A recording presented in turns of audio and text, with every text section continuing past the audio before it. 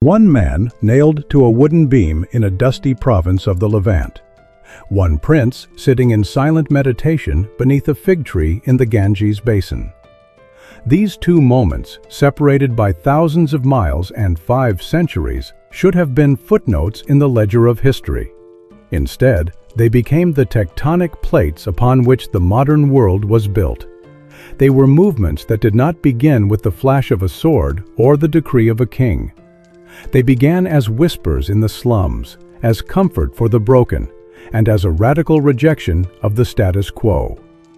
In the 1st century, the Roman Empire was a machine of iron and law. It was a world of visible, transactional gods. Jupiter sat on his throne in the clouds, and the emperor sat on his throne in the Palatine. To the Roman mind, religion was a contract. You gave the gods a sacrifice, and the gods gave you a victory. It was cold, it was civic, and it was strictly hierarchical. If you were a slave in the Roman mines or a laundry worker in the crowded insulae of the city, the gods had very little to say to you. You were a tool with a voice, a commodity to be used until you broke. Across the world, the Han Dynasty of China operated on a different but equally rigid logic. This was a civilization built on the bedrock of Confucianism. Every man had a fixed place in a cosmic order.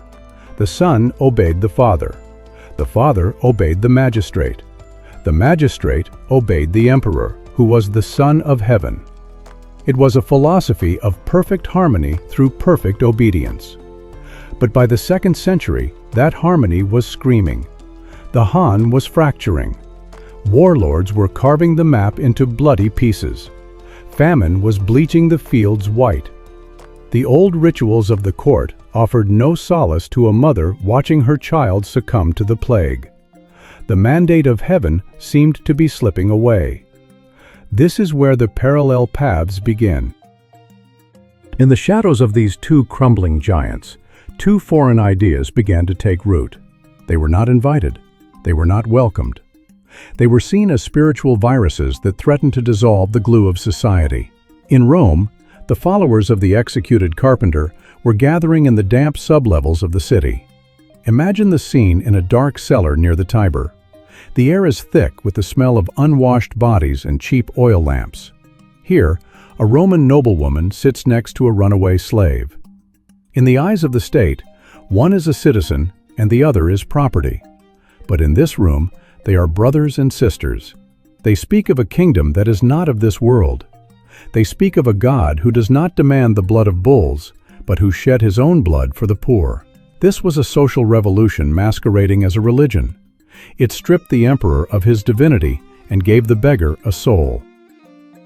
While the Christians were scratching fish symbols on the walls of the catacombs, a different kind of seeker was traveling the Silk Road toward China.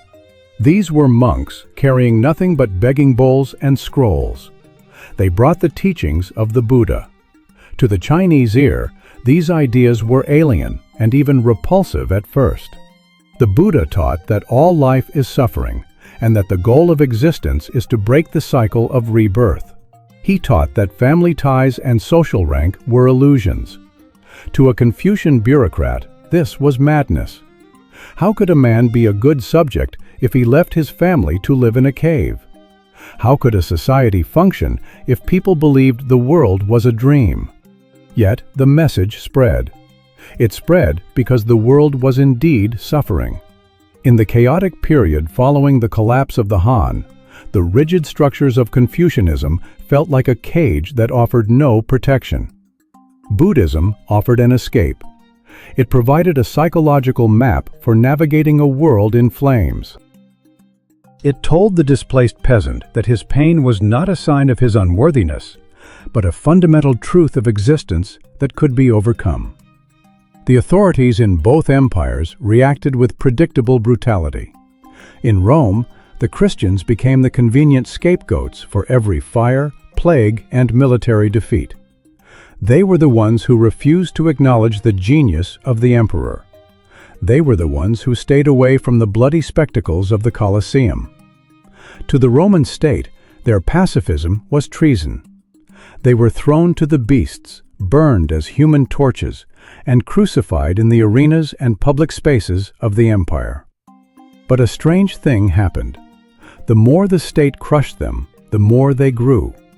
The blood of the martyrs, as one early writer put it, was the seed of the church.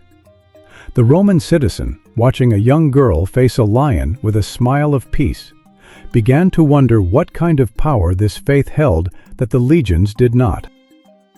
In China, the persecution was often more intellectual and bureaucratic, though no less intense. Buddhist monasteries were occasionally razed, and monks were forced back into tax-paying secular life.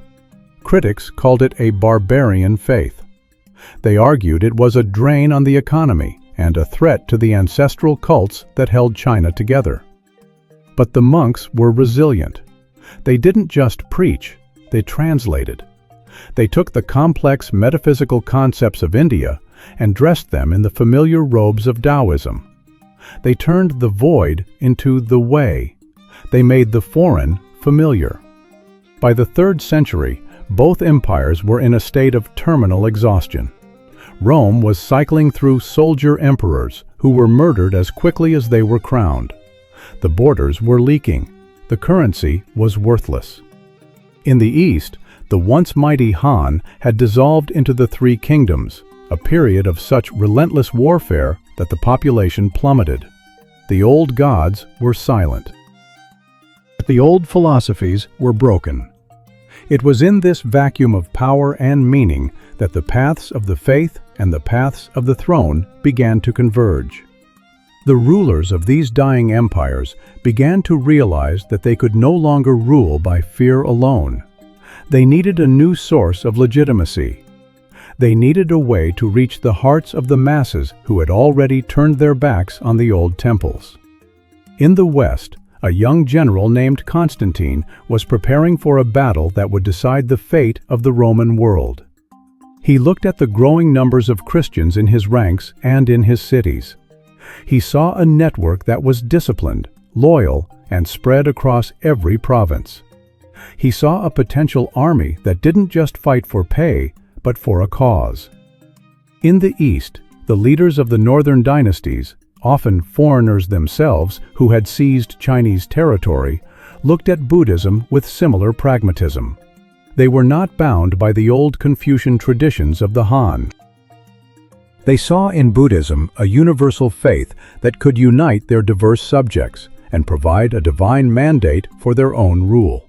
They began to commission massive statues of the Buddha, carving his likeness into the very bones of the mountains.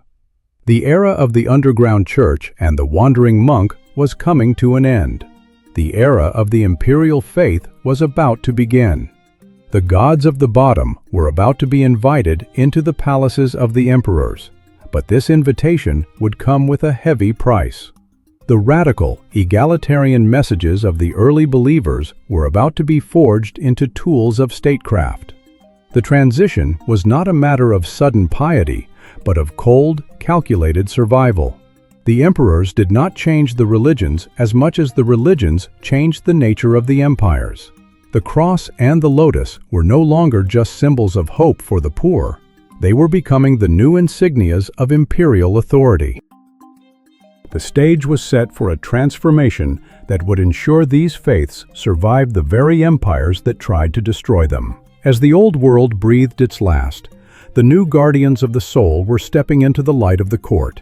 But as the incense rose in the newly built cathedrals and pagodas, the question remained: would the faith survive the embrace of the throne? Or would it become just another mask for the face of power? The Roman eagle was preparing to bow its head to the cross, but this was no simple act of surrender. It was a calculated gamble that would either resurrect the empire or change the meaning of God forever. Chapter 2. Voices of the Marginalized. Early Christianity and Buddhism. To understand why an emperor would eventually bow to a carpenter, or why a son of heaven would seek counsel from a wandering monk, you must first leave the marble halls of the palace. You must descend into the places where the light of the empire rarely reached. You must walk through the suburra of Rome, where the air is thick with the stench of open sewers and the smoke of cheap tallow candles. You must travel to the scorched plains of northern China, where the irrigation canals have run dry, and the skeletons of abandoned villages are being swallowed by the dust. The history of these two faiths did not begin as a grand strategy.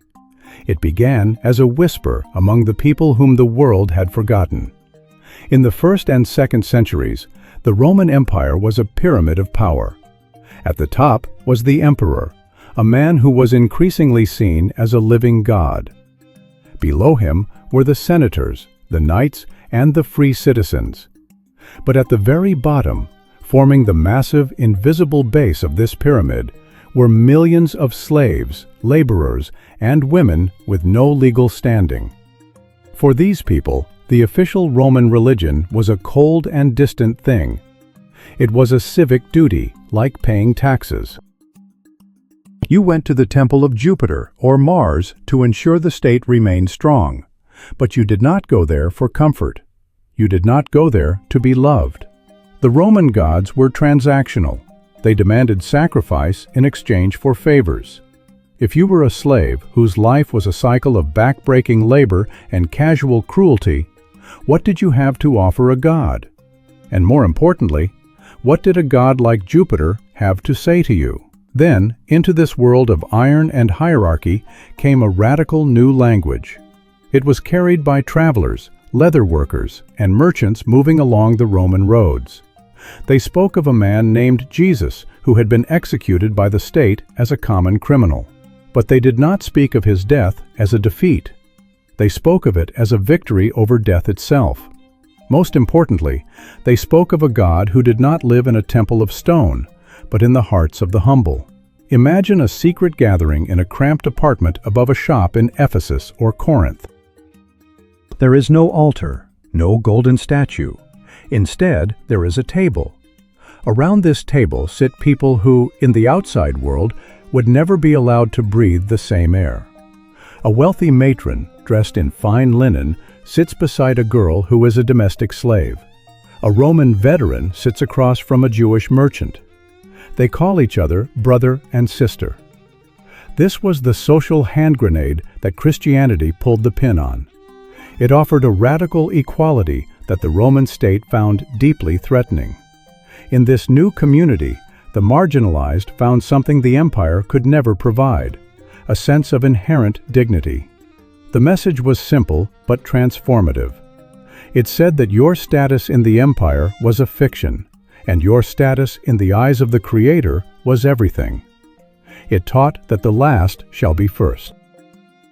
For a slave who was legally classified as a talking tool, being told they were an eternal soul with more value than the emperor himself was a revelation that no amount of Roman steel could suppress. Women, in particular, became the silent engine of the early church. In Roman society, a woman's identity was entirely dependent on the men in her life.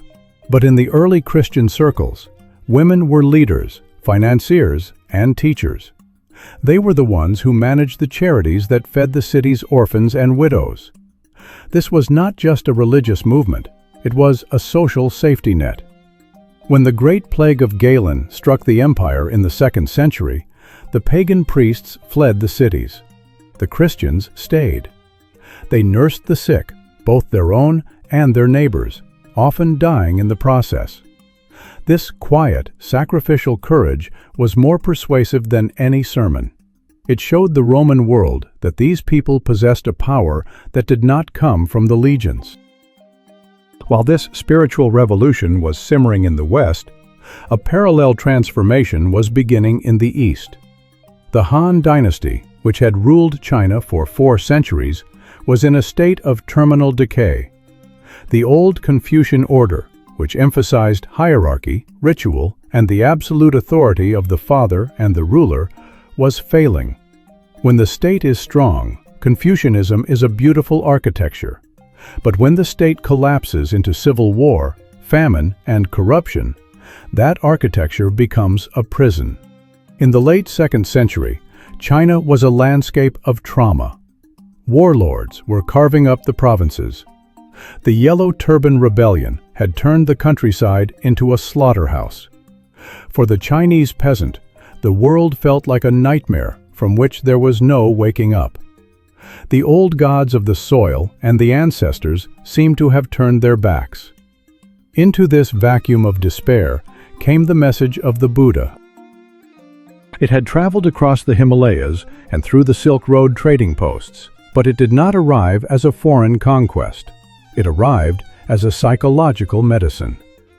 Buddhism spoke directly to the experience of the marginalized in a way that the rigid Confucian system could not. The first and most vital truth the monks taught was that life is suffering. To a peasant whose crops had been burned by marauding soldiers, this was not a cynical statement. It was a profound recognition of their reality. Buddhism did not promise that the empire would be fixed. It did not promise that the warlords would stop fighting. Instead, it promised an internal liberation. It taught that the pain of the world was caused by attachment, and that by training the mind, one could find a state of peace that no emperor could take away.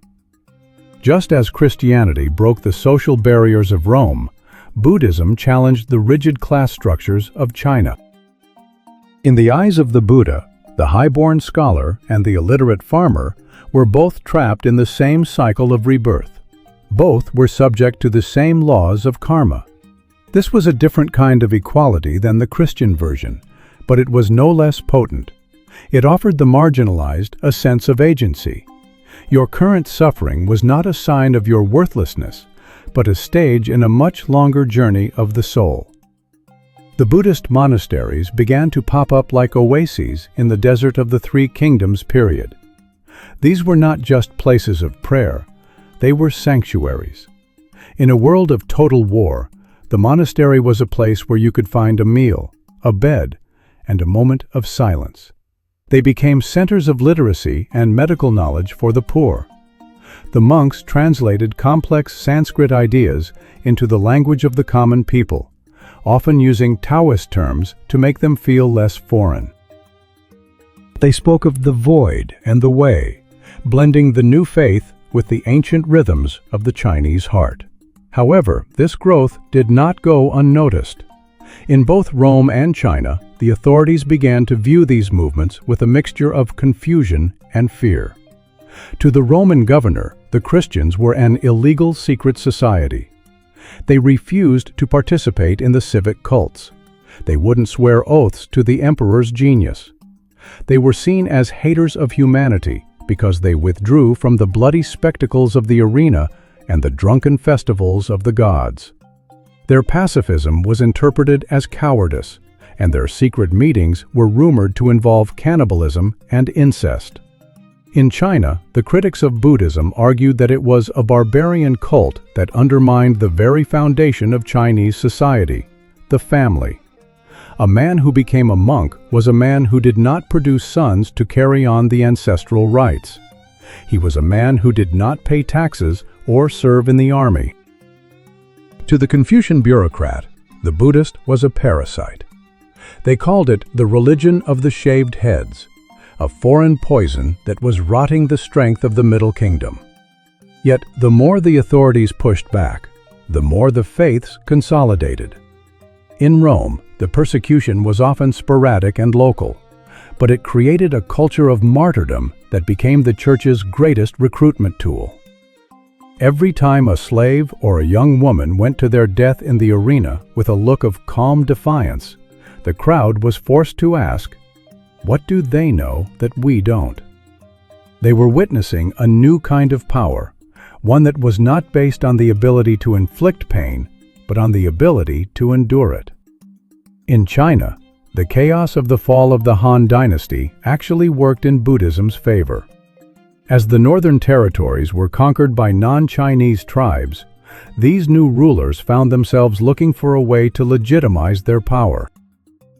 They were outsiders themselves, and they found the universalist message of Buddhism much more appealing than the ethnocentric traditions of Confucianism. The marginalized were no longer just the poor. They were the new rulers who needed a god that didn't belong to the old Han aristocracy. By the end of the 3rd century, the world had changed. The whispers in the slums had become a roar that could be heard in the hallways of power. The religions of the bottom were no longer just the comfort of the broken. They were becoming organized, wealthy, and deeply embedded in the social fabric of both empires. The Roman state was gasping for air, its traditional values unable to hold the fractured provinces together. The Chinese heartland was a mosaic of competing dynasties, each searching for a soul. The leaders of these empires were reaching a point of desperation. They realized that the old ways of ruling were dead. They could keep killing the believers, or they could try to harness the fire that was already burning through their streets. The stage was set for the most unlikely alliance in history. The cross and the lotus were about to be lifted from the mud of the marginalized and placed upon the banners of the great. But as the emperors began to turn their gaze toward these new gods, they were not looking for spiritual enlightenment. They were looking for a weapon. The Roman legions were tired of fighting for a ghost of a republic, and a new sign was about to appear in the sky that would change the course of the Western world forever. Chapter 3. Survival through suffering. Resilience under persecution. The year is 250 AD. A heat wave hangs over the city of Rome, thick with the smell of dust and the metallic tang of blood from the morning's games. In the center of the forum, a Roman official sits behind a small wooden table. On the table rests a bronze brazier filled with glowing coals and a small bowl of frankincense. This is not a courtroom, but it is a place of judgment. Every citizen is required to step forward, take a pinch of incense, and drop it onto the coals. As the sweet smoke rises, they must utter a simple phrase: "Caesar is Lord." In exchange, they receive a libellus, a small scrap of papyrus signed by the magistrate. It is a certificate of loyalty. It is a permit to live. For the Roman state, this is a matter of national security. The empire is screaming under the weight of barbarian invasions, currency collapse, and a plague that is thinning the ranks of the legions. To the Emperor Decius, the cause is clear. The gods are angry. The ancient contracts have been broken. To save Rome, every soul must return to the old altars. But in the long, sweating line of citizens, there are those who cannot take the incense. They stand with their hands trembling, their eyes fixed on the ground. When they reach the table, they remain silent. They do not curse the emperor, but they will not call him Lord. To the magistrate, this is not just stubbornness. It is a virus. It is the spiritual equivalent of desertion during a battle. This was the moment the Roman state stopped seeing the Christians as a bizarre Jewish offshoot and started seeing them as an existential threat. The persecution was no longer a series of local riots or the whims of a cruel governor. It was a systematic, bureaucratic attempt to tear the heart out of the movement. The prisons of the empire began to fill with the most unlikely criminals. You would find an 80-year-old bishop sharing a cell with a teenage girl who had been a slave in a wealthy household. The state did not want to kill them at first. A dead Christian was a martyr, and a martyr was a problem. The state wanted them to break. They wanted them to recant, to sign the papyrus, and to show the world that their God was a phantom. They used the slow, grinding pressure of the law. They confiscated property. They stripped wealthy believers of their titles and relegated them to the status of outcasts. They burned the sacred scrolls in the streets. But when the psychological pressure failed, the iron came out. In the arena at Carthage, a young mother named Perpetua stands in the sand. She has recently given birth. Her father has begged her on his knees to just say the words and come home to her child. She refuses. She sees the lions not as monsters, but as the gateway to a reality more real than the stone walls of the Colosseum. When the beast fails to kill her quickly, she guides the gladiator's sword to her own throat. This was the resilience that terrified the Roman authorities. How do you fight an enemy that views execution as a promotion? How do you govern a people who believe that their true citizenship is in a kingdom that you cannot burn? The Roman machine responded with escalating violence. Under the Emperor Diocletian, the Great Persecution began in 303 AD. It was a scorched earth policy. Churches were leveled to the ground. The Christian clergy were rounded up and forced to sacrifice or face the rack. In the eastern provinces, the persecution was so intense that the executioners grew tired and the axes grew blunt. Yet, for every believer who broke and offered the incense, 3 more seemed to emerge from the shadows. The blood of the martyrs was doing something the Roman state had not anticipated. It was humanizing the faith. The average Roman citizen, watching a neighbor die with such quiet, unshakable dignity, began to question the gods who required such cruelty to stay on their thrones. The persecution was acting as a forge, burning away the lukewarm and tempering the survivors into a force that was disciplined, organized, and utterly fearless. While the Roman world was being washed in the blood of the catacombs, a different kind of fire was testing the resilience of Buddhism in the East. In China, the persecution was rarely as bloody as the Roman spectacles, but it was perhaps more insidious.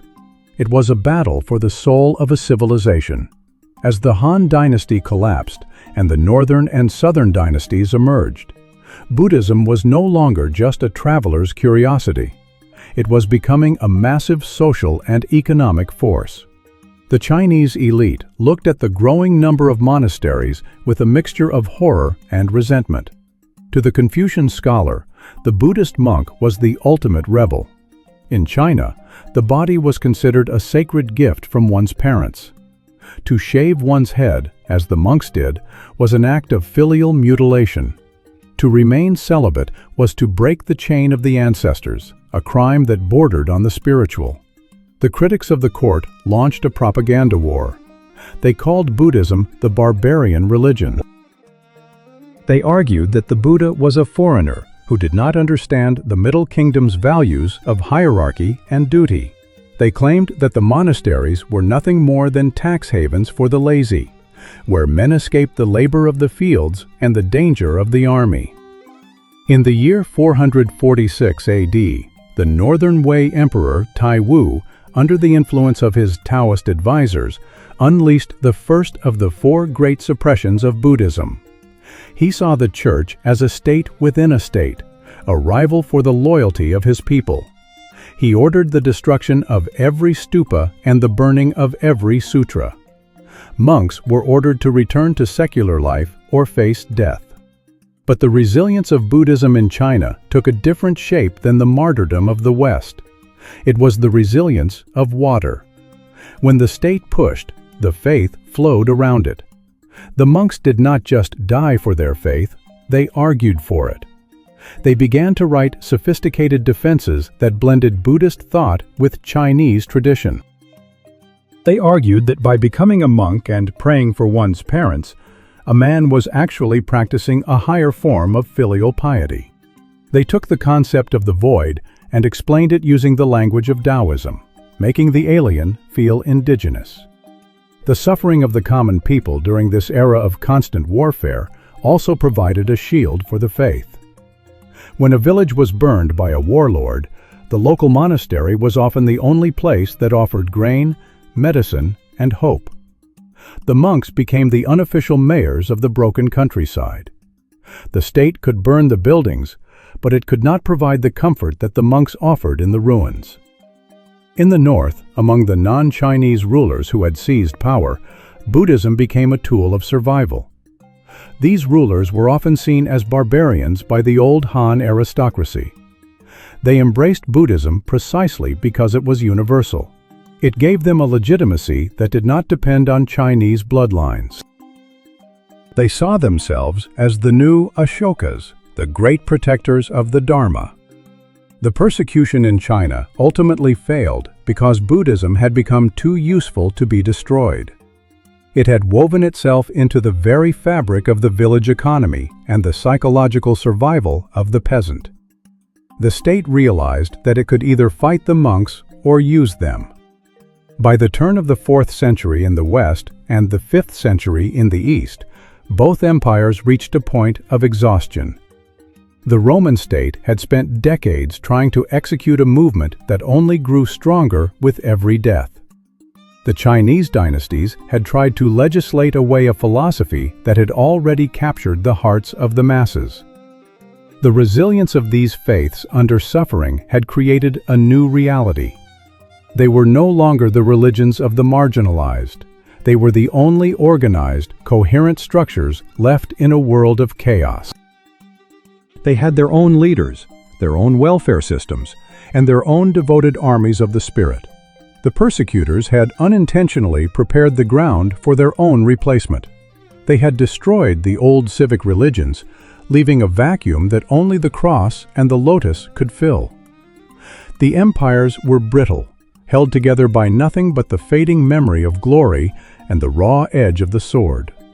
In the West, the Roman legions were now filled with men who secretly, or openly, prayed to the God of the Christians.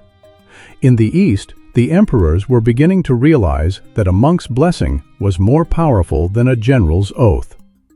The era of the underground was over.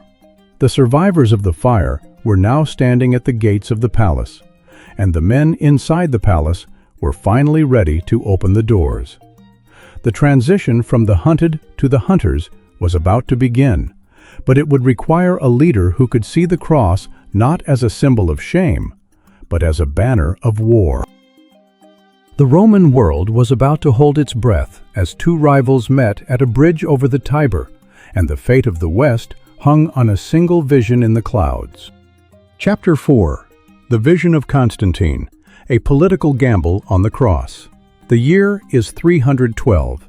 The Roman world is a house divided against itself, a fractured mosaic of rival emperors and bleeding borders. The experiment of the tetrarchy, the rule of four, has collapsed into a brutal struggle for total supremacy. On the banks of the Tiber River, just north of the city of Rome, two armies are preparing for a confrontation that will determine the spiritual and political architecture of the next 1,000 years. To the south, inside the ancient walls of the capital, stands Maxentius. He is the self-proclaimed master of Italy, backed by the prestigious Praetorian Guard and the weight of Roman tradition. He has the walls. He has the supplies. He has the favor of the old gods, whose temples still dominate the skyline of the Seven Hills. To the north, encamped along the Flaminian Way, is Constantine. He is a man of the frontiers, a general who has spent his life in the damp forests of Britain and the windswept plains of Gaul. He is a pragmatist, a soldier emperor who has watched the empire he loves tear itself apart. He knows that the old Roman order is dying. The currency is debased, the bureaucracy is corrupt, and the civic religion that once bound the farmer to the senator has become a hollow ritual. Constantine is also a man who has witnessed the failure of the great persecution. He saw his predecessors, Diocletian and Galerius, turn the machinery of the state against the Christians with unprecedented fury. He saw the blood in the arenas and the smoke of the burning scrolls. But he also saw something else. He saw that the more the state struck the Christians, the more they multiplied. He saw a community that was disciplined, literate, and possessed an internal cohesion that the Roman legions had lost. As the sun begins to set on the eve of the battle, Constantine is a man looking for a sign. He is about to gamble his life and his army on a direct assault against the heart of the empire. The stakes are absolute, the throne or the grave. According to the accounts that would later be etched into the history books by the bishop Eusebius, a strange phenomenon occurred in the sky as the afternoon light faded. Constantine looked up and saw a trophy of a cross of light in the heavens, above the sun, bearing the inscription, "By this sign, conquer." Later that night, in the silence of his tent, he is said to have been visited in a dream by the Christ, who commanded him to use the sign of the cross as a safeguard in all his engagements with his enemies. Whether this was a genuine mystical experience, a solar halo effect, or a stroke of brilliant political theater matters less than the action Constantine took next. He ordered his smiths to forge a new standard, the labarum, a spear topped with a golden wreath enclosing the Greek letters chi and rho, the first two letters of the name of Christ. He commanded his soldiers to paint this alien symbol on their shields. Imagine the confusion among the ranks. These were men who had been raised on the legends of Romulus and the strength of Mars. Now they were being asked to march under the banner of a man the empire had executed as a rebel 3 centuries earlier. But Constantine was not just a dreamer. He was a leader of men. He gave his army a cause that was higher than mere pay. He transformed a civil war into a holy crusade. The battle at the Milvian Bridge was short, chaotic, and decisive. Maxentius, perhaps overconfident or perhaps panicked by the sight of the new banners, made a fatal tactical error. He abandoned the safety of the city walls and met Constantine's veteran Gallic cavalry in the open field. He had constructed a temporary bridge of boats across the Tiber to move his troops, but as the weight of the retreating army pressed upon it, the structure buckled. In the crush of the panic, Maxentius was pushed into the cold, churning waters of the river. Weighted down by his heavy imperial armor, he sank like a stone into the mud of the Tiber. When the sun rose the next day, Constantine was the undisputed master of the West. He entered Rome not as a conqueror of the people, but as a liberator. The head of Maxentius was carried on a pike, a grim reminder of the old order's demise, while the new emperor refused to climb the Capitoline Hill to offer the traditional sacrifices to Jupiter. This was the pivot point of history. Constantine had won the battle, but he now faced the much harder task of winning the peace. He looked at a Roman Empire that was a hollow shell of its former self. It was a giant with feet of clay, held together by nothing but momentum and fear. He realized that the empire needed a new soul, a new unifying principle that could bridge the gap between the elite and the masses, between the center and the periphery. In 313, Constantine met with his eastern counterpart, Licinius, in the city of Milan. Together, they issued the Edict of Milan. It was a document of revolutionary tolerance. It did not make Christianity the official religion, not yet. Instead, it granted all people the freedom to follow whatever deity they chose. It ordered the immediate return of all property that had been confiscated from the Christian churches during the persecutions. But for Constantine, this was more than just a gesture of fairness. It was a cold, calculated political gamble. By legalizing Christianity, he was effectively co-opting the most powerful social network in the ancient world. The church already had a presence in every major city. It had an administrative hierarchy that mirrored the imperial bureaucracy. It had a system of social welfare that reached the poor whom the state had long ignored. Constantine began to pour the resources of the empire into his new favorite institution. He exempted the Christian clergy from the heavy burden of municipal taxes. He poured gold into the construction of massive basilicas, such as the original St. Peter's in Rome and the Church of the Holy Sepulchre in Jerusalem. These were not the dark, cramped rooms of the underground era. These were monuments of imperial power, designed to dwarf the old temples and signal to the world that the God of the Christians was now the protector of the Roman state. The cross, once a symbol of the ultimate shame and the lowest of deaths, was now being set in gold and pearls. It was being worn by the very magistrates who had once signed the execution orders of the faithful. However, this union of the cross and the scepter came with a heavy price. As the church stepped out of the shadows and into the palace, it began to change. The radical egalitarian community that had shared all things in common was now being integrated into the rigid hierarchy of the Roman court. The bishops, who had once been the targets of the secret police, were now sitting at the emperor's table, acting as advisors and judges. Constantine quickly discovered that the religion he had chosen to unify the empire was itself deeply divided. The Christians were arguing over the very nature of God, over the relationship between the Father and the Son. To a soldier like Constantine, these theological nuances were a threat to the stability of the state. He did not care about the fine points of Greek metaphysics. He cared about order. In 325, he summoned hundreds of bishops from across the known world to the city of Nicaea. He did not just host the council, he presided over it. He sat on a golden throne, dressed in purple and jewels, and told the leaders of the church that they must reach an agreement. He was the first emperor to treat the internal doctrine of the church as a matter of imperial security. The resulting Nicene Creed was not just a statement of faith. It was a tool of statecraft, a way to ensure that there was one God, one faith, and one emperor.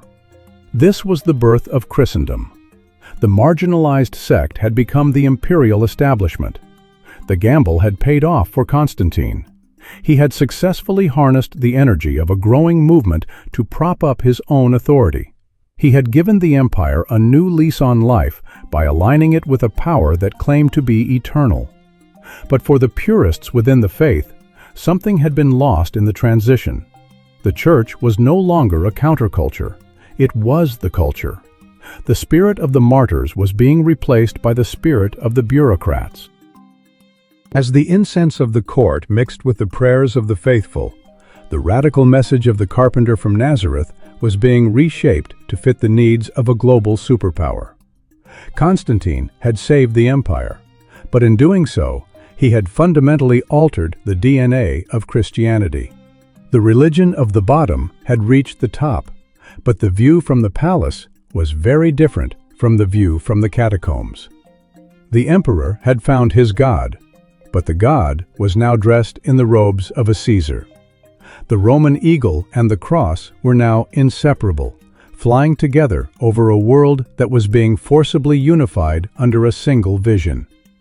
Yet, as the Roman West began to settle into this new, holy order, a similar transformation was reaching its boiling point on the other side of the world, where the emperors of the East were discovering that a foreign faith could be the ultimate tool for domestic control.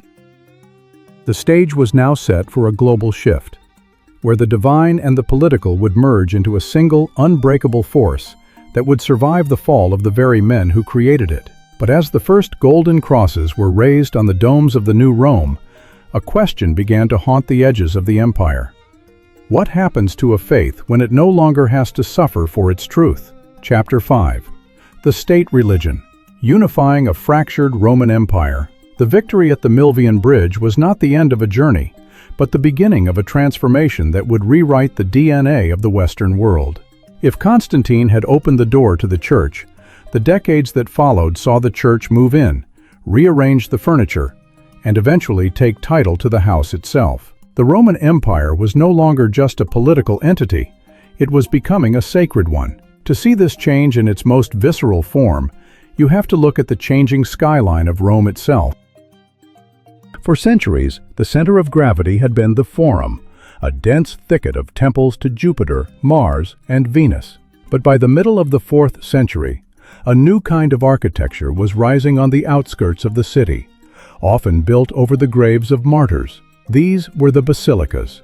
They were not designed like the old temples, which were intended to be houses for a god's statue where only priests entered. The basilicas were vast, echoing assembly halls designed to hold thousands of people. The message was clear. This was a religion of the masses, and the masses now had the backing of the palace. The transition from a persecuted minority to the state establishment was not a smooth one. It was a period of profound identity crisis. For 300 years, to be a Christian was to be an outsider, a person who defined themselves by their refusal to bow to the power of the state. Now the state was their benefactor. The bishops, who had once hidden in the shadows to avoid the secret police, were now being granted the power of imperial judges.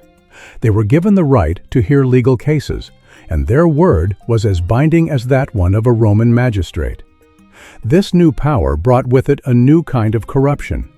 The church was suddenly flooded with people who were not seeking salvation, but career advancement.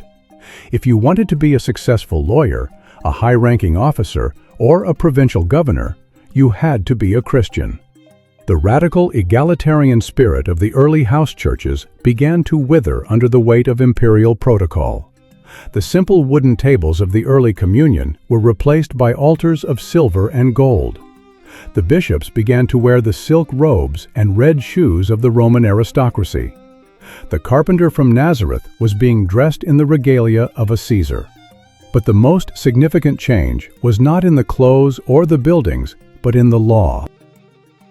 Constantine had granted tolerance, but it was his successor, Theodosius I, who would take the final irreversible step. In the year 380, Theodosius issued the Edict of Thessalonica. This document did not just suggest that Christianity was a good idea, it mandated it. It declared that the only legitimate religion in the empire was the faith of the bishops of Rome and Alexandria.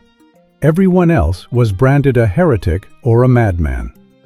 Imagine the shock in the ancient households of the Roman elite. For 1,000 years, the worship of the old gods had been the bedrock of Roman identity.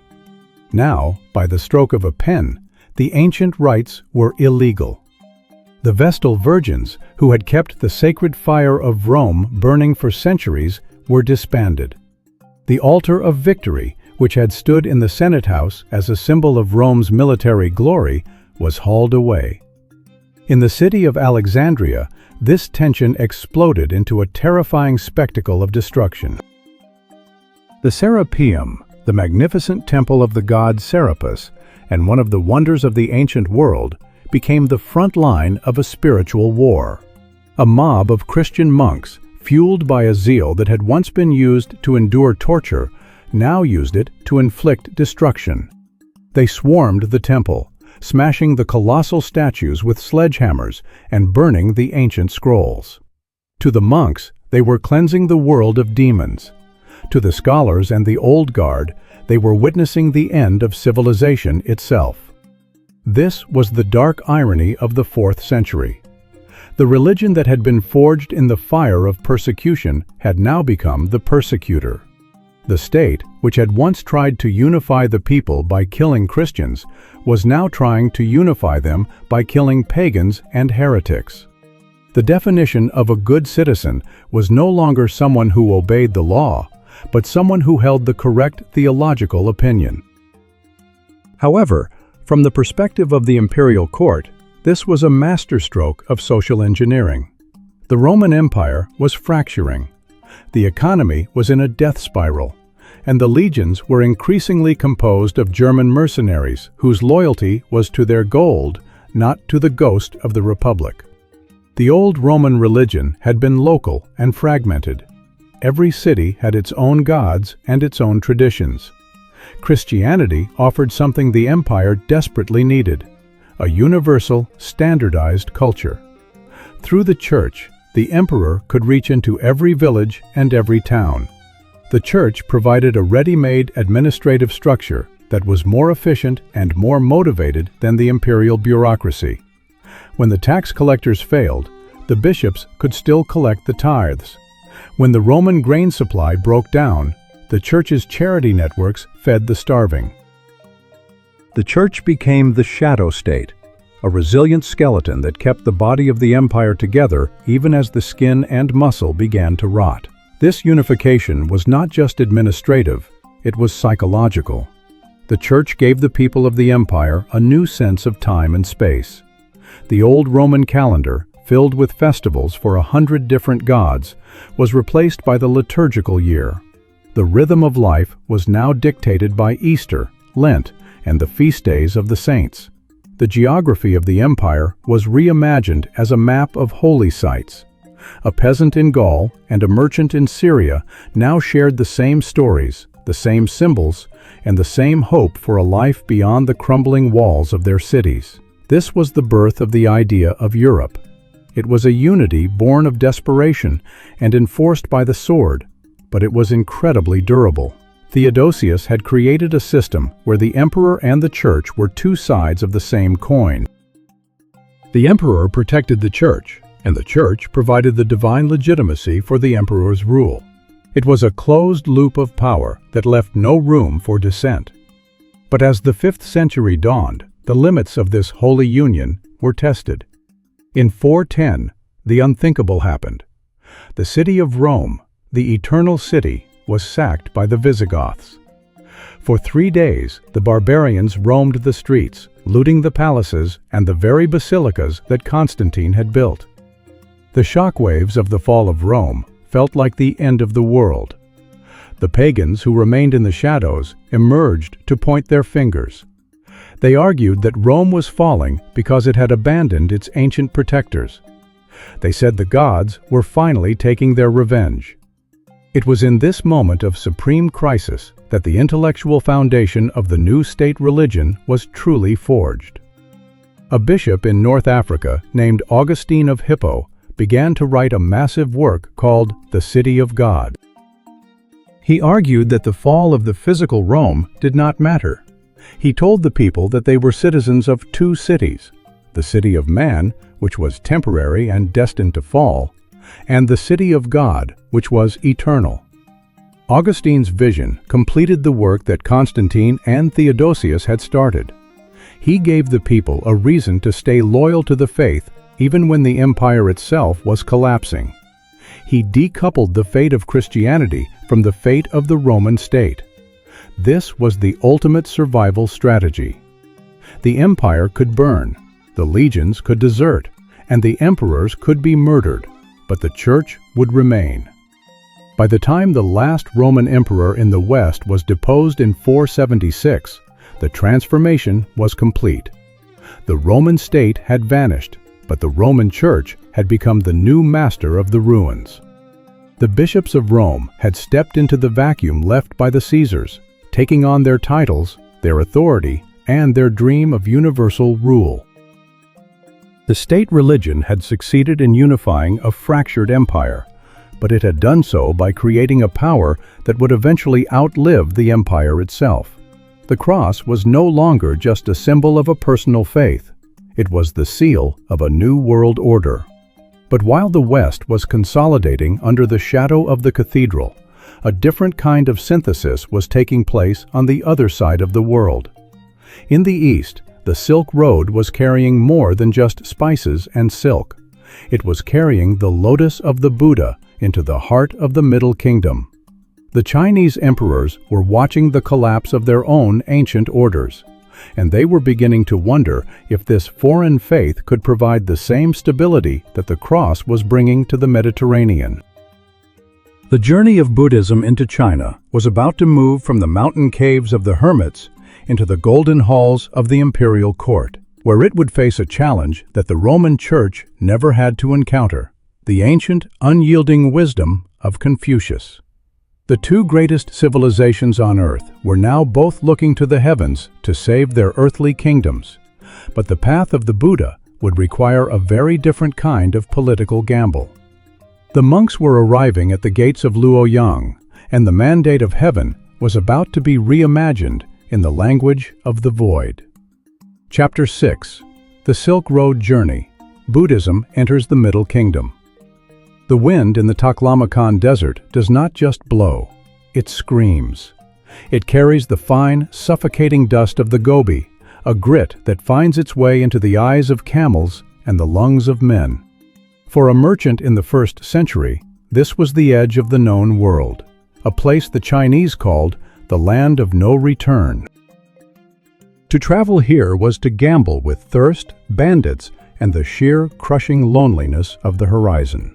Yet, nestled between the bales of silk and the jars of precious resins, something far more volatile was moving eastward.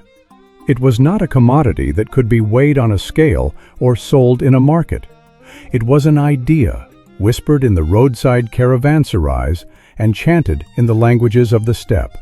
While the Roman world was grappling with the rise of the cross, the Middle Kingdom was about to be transformed by the lotus. But unlike the spread of Christianity, which moved through the paved arteries of a unified empire, Buddhism had to navigate the most treacherous terrain on earth. It had to cross the roof of the world, the Pamir Mountains, and survive the shifting sands of the Silk Road before it could even knock at the gates of the Han Dynasty. In these early days, Buddhism was a religion of the outsider. It arrived not with the thunder of a conquering army, but with the soft ringing of a monk's bell. The first carriers were often Central Asian traders, men from the Kushan Empire, who spoke a dozen dialects and worshipped a prince from the foothills of the Himalayas. For these merchants, the Buddha was a protector of the road. In a world where a sudden sandstorm or a broken axle meant death, the promise of a path out of suffering was the only insurance they had. These early believers were the invisible engine of the faith. They built small shrines at the desert oases, places like Dunhuang and Khotan, where a weary traveler could find a cup of water and a moment of peace. They were the first to bring the Sanskrit manuscripts, wrapped in fine cloth, to the trading posts of Western China. To the Chinese officials stationed at these remote outposts, these monks were a curiosity: shaved heads, saffron robes, and a language that sounded like the wind. They were the barbarians from the West, bringing a barbarian god. The official history of the faith in China begins with a dream.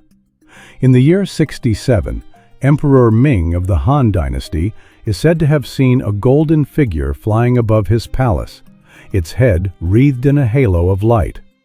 When he asked his advisors what this vision meant, they spoke of a divinity in the West known as the Buddha. The emperor, intrigued by the prospect of a power that could transcend the traditional spirits of China, sent an embassy to India. They returned not with gold, but with 2 monks and a white horse carrying a bundle of sutras. This was the birth of the White Horse Temple in Luoyang, the first Buddhist establishment on Chinese soil. But for the elite of the Han court, this was merely an imperial hobby, a bit of foreign exoticism to amuse the palace.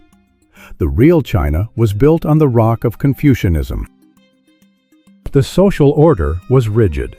The son obeyed the father, the subject obeyed the emperor, and everyone honored the ancestors.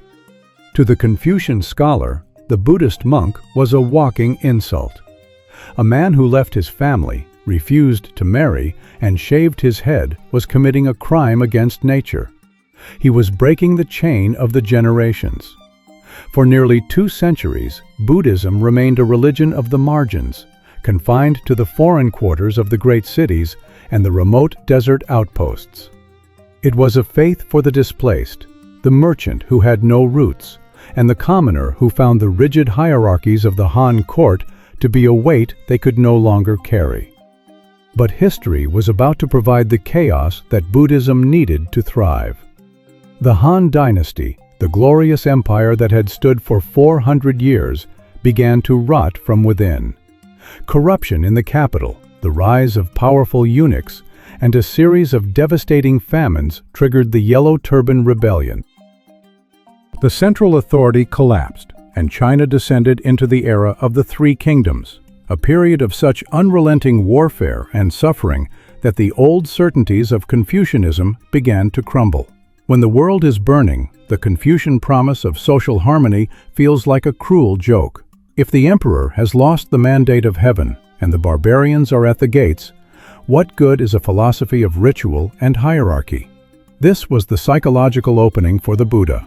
The people were no longer looking for a way to manage society. They were looking for a way to survive the pain of existence. As the Han fell, the Silk Road became more than a trade route. It became a bridge for refugees and scholars. Among them was a man named Kumarajiva. Born in the kingdom of Kucha to a royal mother and an Indian father, he was a child prodigy who had mastered the intricate philosophies of the Mahayana. In the year 384, he was captured by a Chinese general and brought to the north as a trophy of war. Kumarajiva was not just a monk. He was a linguistic genius. He arrived in a China that was struggling to understand the alien concepts of the Indian sutras. The Chinese language, with its focus on concrete images and social relationships, had no words for the abstract metaphysical voids of the Sanskrit texts. Early translators had tried to use Taoist terms to bridge the gap, but the results were often muddled and confusing. In the city of Chang'an, under the protection of a warlord who recognized his brilliance, Kumarajiva established a translation bureau that functioned with the precision of a factory. He gathered hundreds of monks to debate the meaning of every syllable. He did not just translate words, he translated a worldview. He found the Chinese equivalents for the concepts of emptiness, karma, and the Buddha nature. He took the flowery, complex Sanskrit and turned it into a Chinese prose that was elegant, rhythmic, and accessible. Suddenly, the barbarian religion had a voice that sounded Chinese. The Lotus Sutra and the Diamond Sutra began to circulate among the literati. They found in these texts a sophistication that rivaled the greatest works of Lao Tzu. They discovered a philosophy that didn't just tell them how to behave, but explained why they suffered. While the intellectuals were debating the nature of the void, the common people were seeing the faith in stone. Along the Silk Road, at sites like the Mogao Caves, the devotion of the faithful was being carved into the very cliffs. Thousands of grottos were hollowed out of the rock, their walls covered in vibrant murals, and their chambers filled with colossal statues. These weren't just religious sites, they were the first mass media. For a peasant who could not read a single character, the sight of a 30-meter-tall Buddha, painted in gold and lapis lazuli, was an overwhelming argument for the power of the faith. The art of the caves told stories of the Jatakas, the previous lives of the Buddha, where he gave his own flesh to feed a starving tigress. It showed the Western Pure Land, a paradise of jeweled trees and lotus ponds where there was no hunger, no war, and no taxes. For a population living through the nightmare of the northern and southern dynasties, where whole villages were regularly slaughtered by passing armies, this vision of a peaceful afterlife was a lifeline. The monasteries also became the economic anchors of a broken countryside. Because they were often exempt from taxes and possessed their own lands, they became the only institutions capable of providing social services. They ran orphanages, hospitals, and pawnshops for the poor. They stored grain for times of famine. The monks became the unofficial protectors of the peasantry, filling the void left by the collapsed imperial administration. But this growth did not go unnoticed by the various warlords and kings who were fighting for control of the fractured empire. They saw the same thing that Constantine had seen in the West: a highly organized, disciplined community with a deep hold on the loyalty of the masses. In the north, the rulers were often non-Chinese, people like the Tuoba Wei. These barbarian emperors faced a crisis of legitimacy. The old Chinese aristocracy looked down on them as uncivilized usurpers. To counter this, the Northern Wei emperors embraced Buddhism as a state religion. By doing so, they bypassed the Confucian scholars who hated them and connected themselves directly to a universal faith. They weren't just kings, they were the protectors of the Dharma. They commissioned the massive cave temples at Yungang, where the faces of the Buddhas were carved to resemble the faces of the emperors themselves. This was the ultimate political pivot. The religion of the desert merchant and the suffering peasant was being moved into the throne room. The Buddha was being drafted into the service of the state, his message of detachment from the world used to justify the authority of those who ruled it. Yet, as the monks began to walk the halls of power, they faced a danger that the desert could never provide. They were no longer just translating sutras.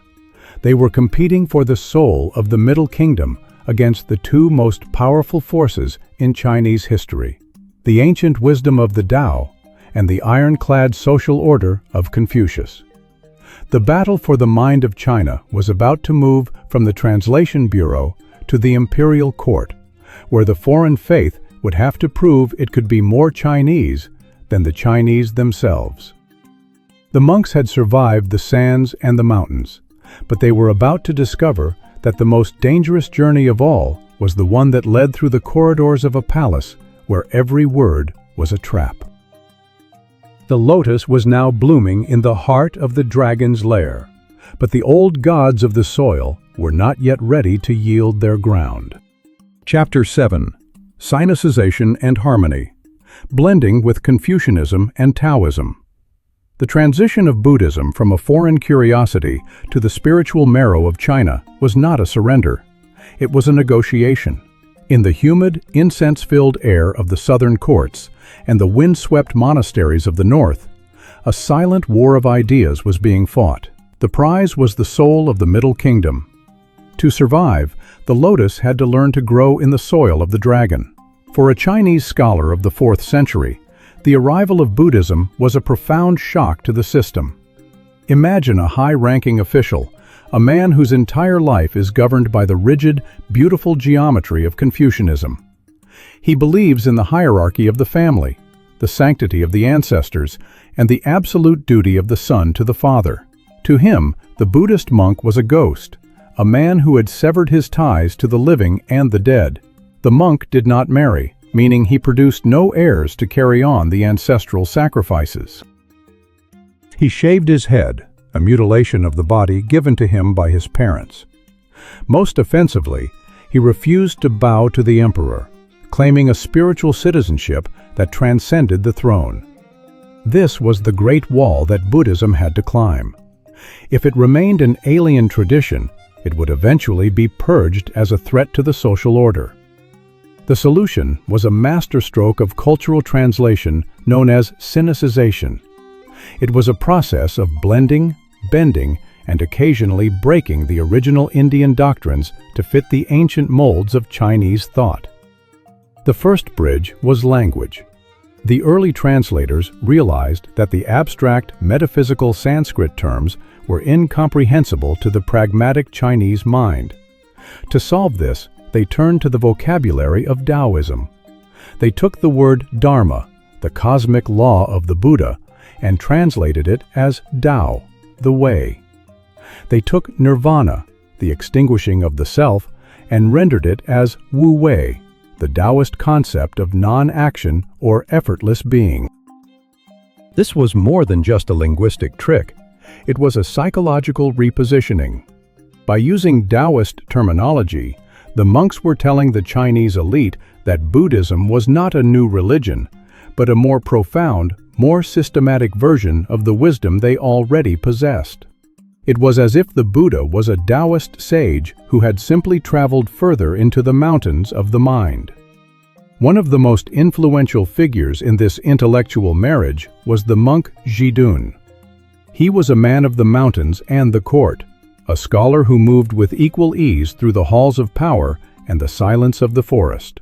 Zhidun reinterpreted the Buddhist concept of emptiness through the lens of Taoist mystery.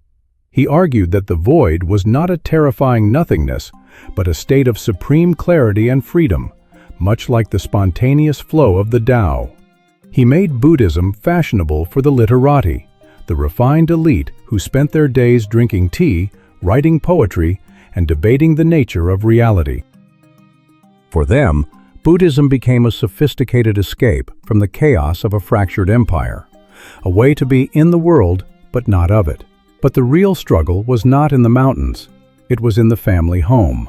The Confucian establishment launched a fierce intellectual counterattack, reiterating their long-standing accusations that the foreign faith undermined the state and the family. The Buddhist response was a stroke of genius. They did not fight the concept of filial piety. They co-opted it. They began to produce new sutras, often written in China but attributed to the Buddha, that emphasized the debt children owed to their parents. They created the story of Mulian, a disciple of the Buddha who used his spiritual powers to travel into the deepest pits of hell to rescue his mother from torment. This transformed the very meaning of being a monk. Suddenly, entering a monastery was not an act of abandoning one's parents, but the ultimate act of love for them. A monk's prayers and merit could save 7 generations of ancestors from the cycles of suffering. Buddhism became the primary technology for the afterlife in China. If Confucianism told you how to live, Buddhism told you what happened after you died, and, more importantly, how your family could help you navigate the terrors of the underworld. As the centuries passed, the friction began to produce a new kind of heat. In the South, the monk Hui Yuan famously wrote a treatise titled "Why Monks Do Not Bow Before Kings." It was a daring piece of political philosophy. He argued that while the monk should be a loyal subject, his spiritual quest required a space of absolute autonomy. He suggested that by perfecting their own virtue, monks were actually providing a greater service to the state than any soldier or tax collector, because they were maintaining the moral harmony of the universe. The emperors, often desperate for any source of stability in an era of constant civil war, began to accept this compromise. They saw that the monasteries could function as a stabilizing force in the countryside, providing a social safety net that the state could no longer afford. The monasteries became the great landlords, the grain banks, and the schools of the empire. In the north, under the non-Chinese dynasties like the Northern Wei, the synthesis took a more direct imperial form. These rulers, who had no deep roots in Confucianism, embraced Buddhism as a way to unify their diverse subjects. They didn't just support the faith, they became its living embodiments. At the Yungang grottos, they carved massive Buddhas out of the sandstone cliffs. But the faces of these deities were modeled after the emperors themselves. The message was unmistakable. The emperor was the living Buddha, and the state was the earthly manifestation of the Pure Land. This was the moment when the 3 teachings, Confucianism, Taoism, and Buddhism, began to merge into a single, complex cultural fabric. They were no longer seen as rivals, but as 3 different tools for 3 different tasks. A man would use Confucianism to manage his career and his family, Taoism to maintain his health and his connection to nature, and Buddhism to prepare his soul for the journey beyond the grave. This harmony was not a sign of weakness, but of incredible resilience. By blending with the local traditions, Buddhism became inseparable from the Chinese identity. It was no longer an Indian import. It was the religion of the Tang, the Song, and every dynasty that would follow. It had moved from the edge of society to the very center of the imperial court, providing the spiritual glue that would hold China together through the long cycles of rise and fall. The lotus had fully bloomed in the dragon's garden, its petals reflecting the colors of the ancient soil. The faith of the marginalized had become the ideology of the masters, and the Middle Kingdom had found a new way to define the mandate of heaven. But as the monasteries grew in wealth and the monks moved closer to the throne, the old tension between the spirit and the state began to fester, and a new generation of critics was watching from the shadows of the palace. The golden age of the faith was reaching its zenith, but in the heart of the capital, the ledger of power was being recalculated, and the cost of divine favor was about to be paid in blood. Chapter 8. The Imperial Mandate: Buddhism as a Tool for Chinese Stability. The dust of 3 centuries of civil war had barely settled when a new kind of architect stepped onto the stage of Chinese history. In the year 581, a man named Yang Jian, later known as Emperor Wen of the Sui, did something that few thought possible. He unified the fractured remnants of the Middle Kingdom. But he knew that swords and walls were not enough to hold a continent together. The old Han order was a ghost, and the Confucian scholars were still bickering over the wreckage of the past. To build a future, the emperor needed a new kind of glue, a spiritual infrastructure that could cross the old borders of the north and south. He found it in the lotus. If Constantine had looked at the cross as a military standard, Emperor Wen looked at Buddhism as a political map. He did not simply patronize the faith, he industrialized it. He declared himself a Chakravartin, the ancient Indian ideal of a wheel-turning king, a universal monarch who rules through the power of the Dharma. This was a radical departure from the traditional mandate of heaven. The mandate was fragile. It could be lost if the harvest failed or the rivers flooded. But the Chakravartin was different. He was a cosmic necessity, a protector of the faith whose authority was woven into the very fabric of the universe. To make this vision tangible to the millions of peasants who had known only war, Emperor Wen launched one of the most ambitious propaganda campaigns in human history. He didn't just build temples, he distributed relics. Following the legend of the Indian king Ashoka, he sent envoys across his new empire carrying precious fragments of the Buddha's remains, encased in elaborate reliquaries of gold and sandalwood. These relics were not sent to the great cities alone.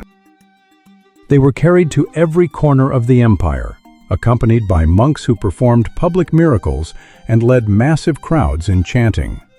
Imagine the scene in a remote provincial town. For generations, the people had seen only soldiers and tax collectors. Now, they saw a golden box, supposedly containing the essence of the divine, sent personally by the man in the capital. The message was clear. The emperor was not just your ruler, he was your spiritual father. He was the bridge between your hard, muddy life and the promise of the Pure Land. In that moment, the Sui state and the Buddhist church became a single, breathing organism. This was the birth of state protection Buddhism. It was a contract.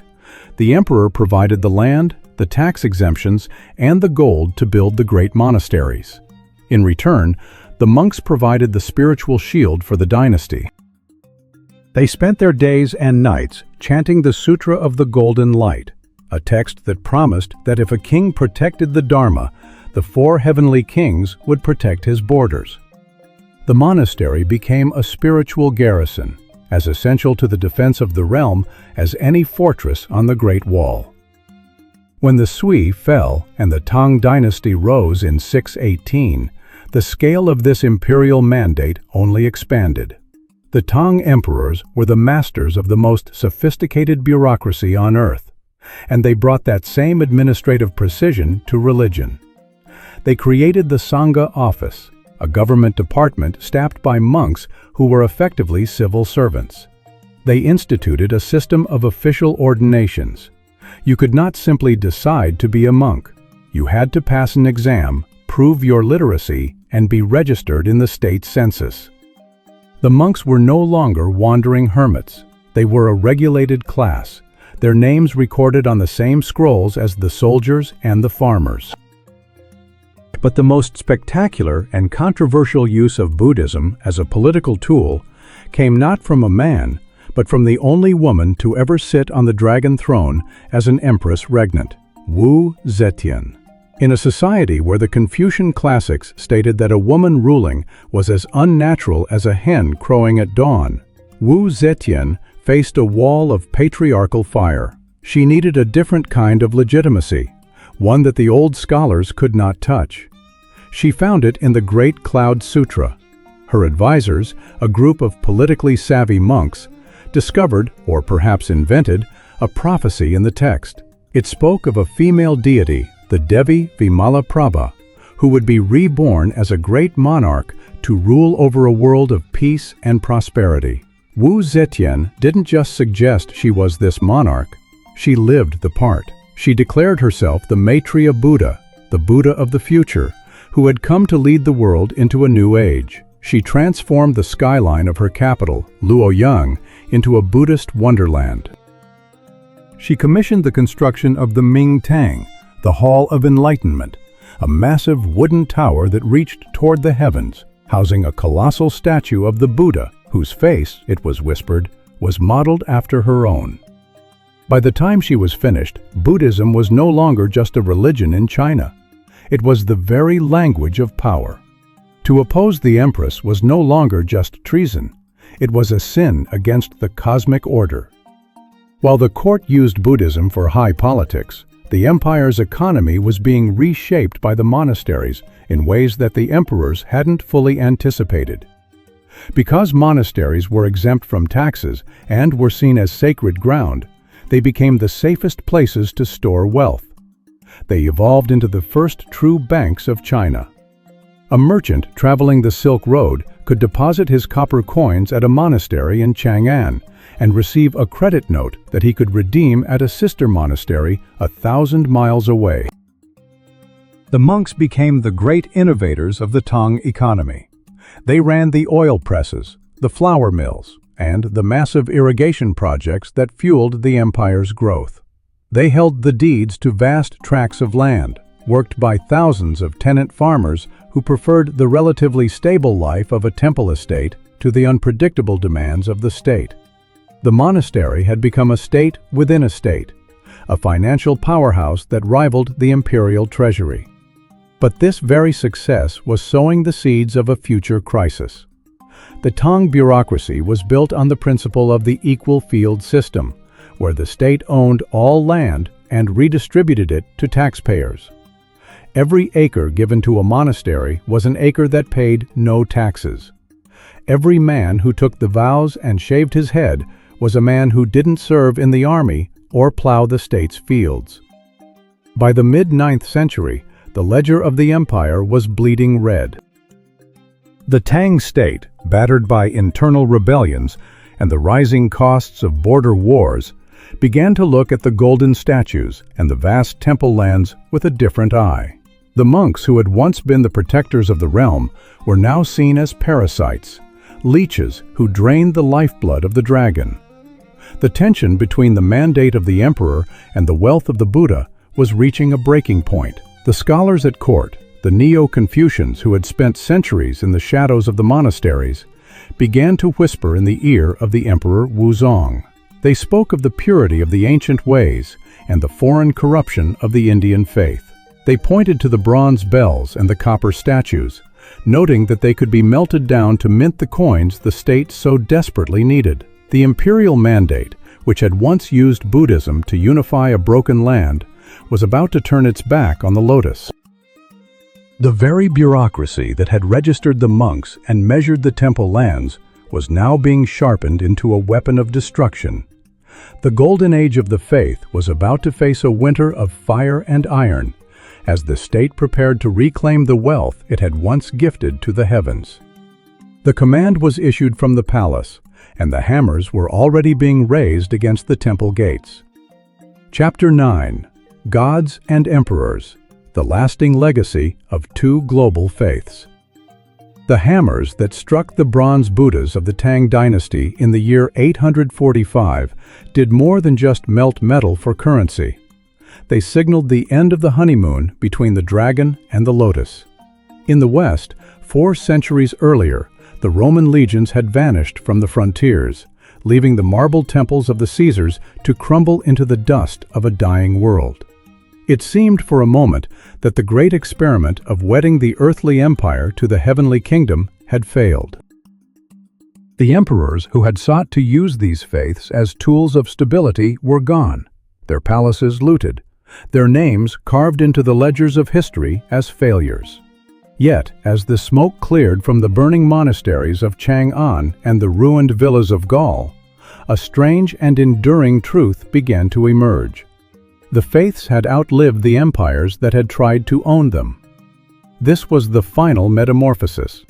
Christianity and Buddhism, born in the shadows of the marginalized and the suffering, had survived the embrace of the state.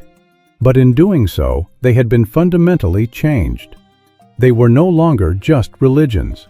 They were the invisible architecture of entire civilizations. They had become the operating systems of the human mind, one in the West and one in the East, dictating how men and women would think, love, work, and die for the next 1,000 years. In the ruins of the Western Roman Empire, the cross did not fall with the eagles. When the Visigoths and the Vandals shattered the gates of Rome, they found something they did not expect: They found a church that was more Roman than the Romans themselves. The bureaucracy of the empire, the provinces, the dioceses, the legal codes, had been absorbed by the clergy. The Bishop of Rome, once a leader of a persecuted sect, now stood as the only figure of authority in a landscape of chaos. When Attila the Hun invaded Italy, it was not a general who rode north to negotiate with him, but Pope Leo I. The spiritual had become the political. As the philosopher Thomas Hobbes would later observe, the Church had become the ghost of the deceased Roman Empire, sitting crowned upon the grave thereof. This legacy transformed Europe into a singular cultural entity known as Christendom. The Latin language, which should have died with the legions, was preserved in the monasteries. The Roman sense of universal law was reimagined as divine law. The faith of the marginalized had become the master of the kings. For the next millennium, no monarch in Europe could rule without the sanction of the Church. The individual's relationship with the divine, once a private matter of the soul, was now the primary engine of European history, driving the Crusades, the building of cathedrals that touched the clouds, and the eventual explosion of the Renaissance. The Roman obsession with order and the Christian obsession with the soul had fused into a restless, expansionist spirit that would eventually reach every corner of the globe. In the East, the story of the legacy followed a different, more subtle path. The great anti-Buddhist persecution of the 9th century was a trauma from which the organized monastic orders never fully recovered in their political power. But the lotus did not wither. It simply moved deeper into the soil. Buddhism ceased to be a rival to the state, and instead became the spiritual heartbeat of the people. It merged so completely with Confucianism and Taoism that the boundaries between them blurred into a single, cohesive way of life. This synthesis created a unique Chinese psychology. While the West focused on the struggle of the individual soul and the linear march of history, the East embraced a legacy of harmony and cyclical time. Buddhism provided the emotional depth that the rigid social codes of Confucius lacked. It offered a way to handle the grief of death and the mystery of existence, while Taoism provided the connection to the natural world. The legacy of Buddhism in China was not a church that ruled kings, but a philosophy that tamed the human ego. It shaped the art of the Song dynasty, where tiny human figures are lost in the vast, misty landscapes of the mind. It shaped the poetry of the Tang, where the transience of a falling petal was seen as a reflection of the cosmic void. The most enduring legacy of these two faiths, however, was not in the halls of power or the scrolls of philosophers, but in the lives of the common people.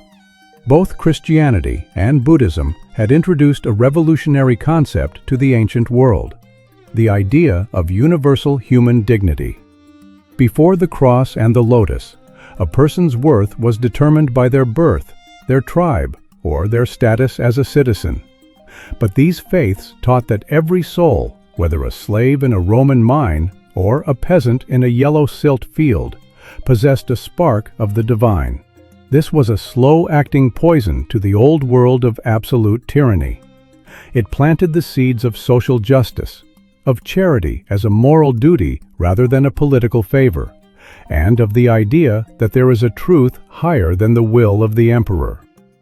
As the centuries rolled on, these two global faiths began to travel far beyond the borders of their birth. Christianity, carried by the sails of European explorers, moved into the Americas, Africa, and the islands of the Pacific. It became a language of both colonization and liberation, used by the powerful to conquer and by the oppressed to find their voice. Buddhism, meanwhile, flowed out of China into the mountains of Japan, the valleys of Korea, and the jungles of Southeast Asia.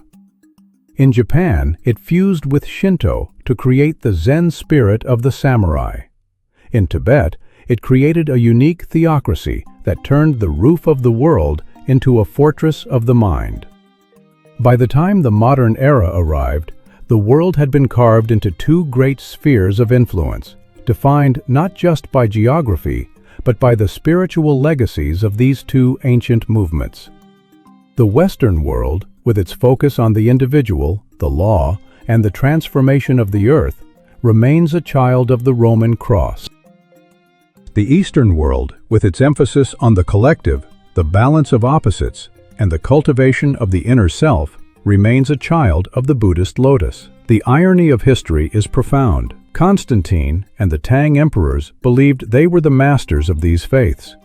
They thought they could harness the energy of the masses to prop up their failing dynasties. But the empires are gone. The palaces are ruins. The names of the tax collectors and the generals are forgotten. What remains are the ideas. What remains are the quiet prayers whispered in a cathedral in Paris and the silent meditation of a monk in a temple in Kyoto. The journey that began in the dusty streets of Judea and the quiet groves of Lumbini has reached its destination in the heart of the 21st century. We live in a world built by the marginalized, the poor, and the persecuted. We inhabit a landscape shaped by the visions of men who owned nothing but their faith. The gods and the emperors once fought for control of the world, but in the end, it was the faith of the bottom that rose to the top. The legacy is not found in the gold of the reliquaries or the height of the pagodas. It is found in the way we perceive ourselves and our place in the universe. It is the persistent, haunting suspicion that there is more to life than the material, that suffering has a purpose, and that even the humblest life is part of a grand cosmic narrative. As we look toward the future, the shadows of the cross and the lotus still stretch across our path. They remind us that power is fleeting, that empires are temporary, but that the human search for meaning is eternal. The story of the gods and the emperors is not a history of the past. It is the blueprint of our present. It is the story of how a few whispered words of hope, spoken by the lowest of the low, became the loudest voice in the history of mankind. Thank you for journeying through this epic chronicle of faith and power. If you found this deep dive into the soul of history compelling, ensure you are subscribed to our channel. Join our community of historians and seekers as we continue to unearth the hidden forces that built our world. Your support allows us to keep telling these stories with the depth and scale they deserve. Share this series with those who seek to understand the origins of our modern spirit. Until next time, remember that history is not just what happened. It is why we are who we are today. Stay curious, stay informed, and keep exploring the echoes of the past.